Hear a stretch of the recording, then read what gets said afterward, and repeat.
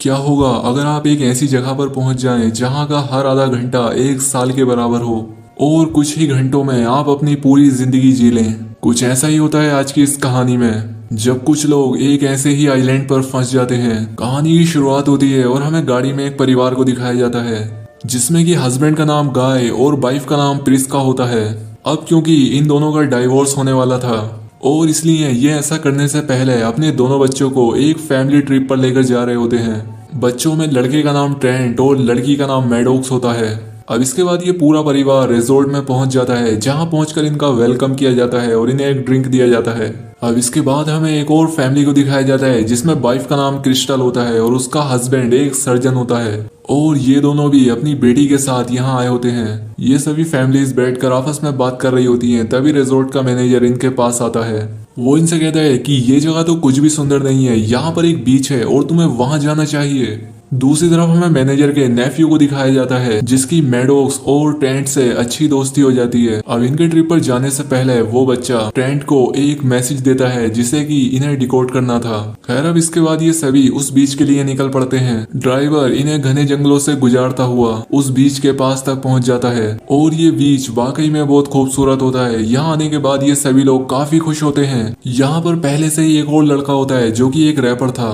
खैर उस पर ध्यान न देकर ये सभी लोग अपने अपने बैठने की जगह ढूंढते हैं और यहाँ घूमने के बाद इन्हें यहाँ पर बहुत सारी इंसानी चीजें मिलना शुरू हो जाती हैं और ये सब देखकर ये काफी हैरान होते हैं। ये समझ नहीं पा रहे थे कि आखिर हमसे पहले जो लोग यहाँ पर आए वो अपनी चीजें अपने साथ वापस क्यों नहीं लेके गए। लेकिन ये लोग इस बात को ज्यादा नहीं सोचते और इंजॉय करने लगते हैं। अब इसके बाद गाय का छोटा बेटा ट्रेंट समुद्र में नहाने के लिए जाता है और जब वो ऐसा कर रहा होता है तभी उसके पास एक लेडी की डेड बॉडी आती है। ये देखकर वो डर जाता है, वो जोर से चिल्लाने लगता है। इसके बाद ये सभी लोग जाकर उस लड़की की डेड बॉडी को देखते हैं और तभी यहाँ पर वो रैपर लड़का आता है। वो इन्हें बताता है कि ये मेरी गर्लफ्रेंड है और मैं इसे काफी देर से ढूंढ रहा था, लेकिन यहाँ पर सभी को लगता है कि इसी ने अपनी गर्लफ्रेंड को मारा है। तभी यहाँ पर सर्जन की वाइफ आती है और वो उससे कहती है तुम्हारी मोम को कुछ हो गया है। अब इसके बाद जब ये सभी लोग वहां जाकर देखते हैं तो ये पाते हैं कि सर्जन की मोम की डेथ हो चुकी है और यहाँ पर सबसे अजीब बात ये होती है कि उसकी मोम की उम्र अचानक से बढ़ गई थी जिसकी वजह से उनकी मौत हुई है। लेकिन ऐसा क्यों हुआ था ये बात किसी को समझ नहीं आती। अब यहाँ पर जब सभी लोग सर्जन की मोम के पास खड़े होते हैं तब वो रैपर लड़का यहाँ से भागने की कोशिश करता है। अब सर्जन को तो इस पर पहले से ही शक था, वो उसका पीछा करने लगता है और ये दोनों चट्टानों से बने रास्ते के बीच में पहुंच जाते हैं और यहाँ आकर इन दोनों के सर में काफी तेजी से दर्द होता है। ये दोनों बेहोश हो जाते हैं और जब इन्हें होश आता है तब ये दोनों अपने आप को उसी बीच पर पाते हैं। अब यहाँ पर किसी को कुछ समझ नहीं आ रहा था कि यहाँ हो क्या रहा है और यहाँ पर ट्रिस्का को अपने बच्चों की फिक्र होती है और इसीलिए वो चारों तरफ अपने बच्चों को ढूंढती है जो कि उसे कहीं नहीं मिल रहे थे। तभी ये यहाँ आए एक और कपल के पास पहुंच जाती है। ट्रिस्का उन दोनों से पूछती है कि क्या तुमने मेरे बच्चों को कहीं देखा है। वो कपल कहते हैं कि क्या तुम हमारे साथ मजाक कर रही हो, तो फिर ये कौन है जो हमारे सामने खड़े हैं, क्या ये तुम्हारे बच्चे नहीं है। और जब ट्रिस्का अपने बच्चों को देखती है तो अब वो जवान हो चुके थे। लेकिन ऐसा क्यों हुआ था इस सवाल का जवाब किसी के पास नहीं होता। अब यहाँ पर ट्रिस्का का हस्बैंड भी पहुंच जाता है। यहाँ पर मैडोक्स उसके गले लग जाती है। यहाँ पर गाय भी नहीं समझ पाता कि ये सब हो क्या रहा है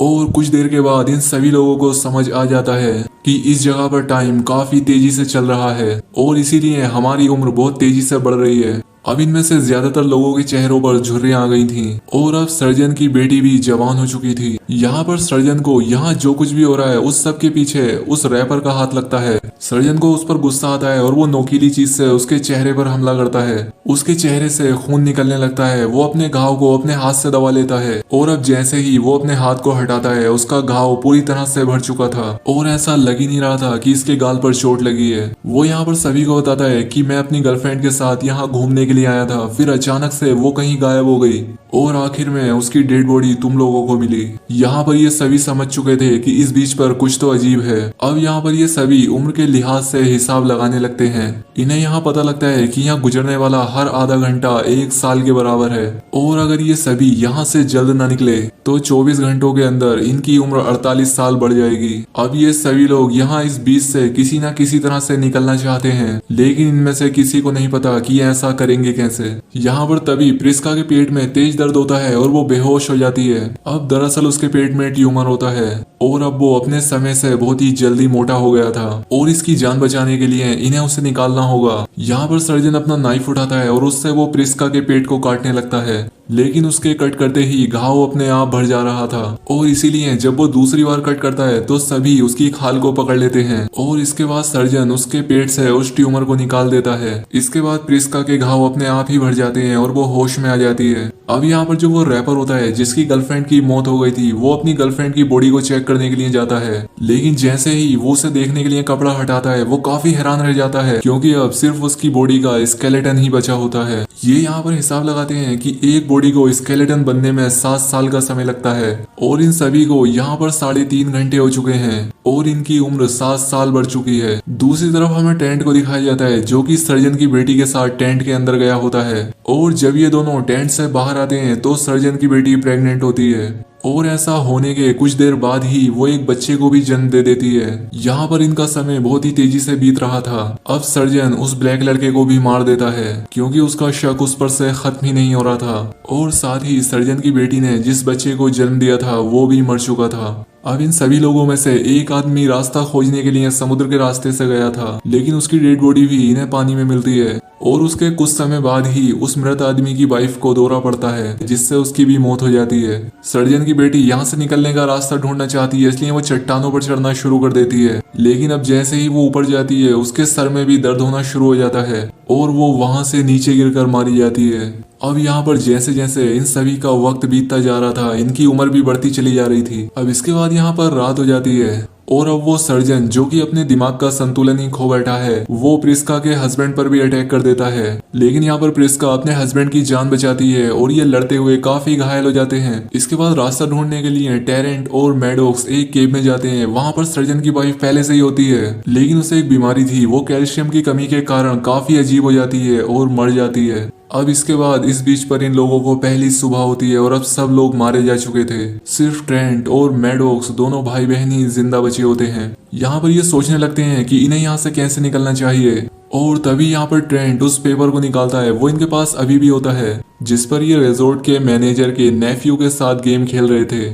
इसमें कोड में एक मैसेज लिखा होता है और ये उसे डिकोड करने लगते हैं। ये समझ जाते हैं कि यहाँ से निकलने का सिर्फ एक ही रास्ता है और ये वहां से बिना बेहोश हुए निकल सकते हैं। अब इसके बाद ये दोनों भाई बहन समुद्र में कूद जाते हैं और रास्ता ढूंढने लगते हैं, लेकिन तभी मैडॉक्स के कपड़े अंदर झाड़ियों में फंस जाते हैं और इसलिए ट्रेंट अपनी बहन की हेल्प करता है उसके कपड़े निकालने में। वहीं दूसरी तरफ हमें पहाड़ी पर एक आदमी को दिखाया जाता है जो कि दूर से इन सभी को देख रहा था और जब वहां पर कोई भी नहीं बचता तब वो आदमी वापस रिजॉर्ट आ जाता है जहाँ पर एक बहुत ही बड़ी लैब होती है। वो यहाँ रिजॉर्ट के मैनेजर से कहता है कि सब लोग मारे जा चुके हैं। दरअसल यहाँ पर एक बहुत ही बड़ा मेडिकल टेस्ट चल रहा होता है एक एक्सपेरिमेंट के लिए।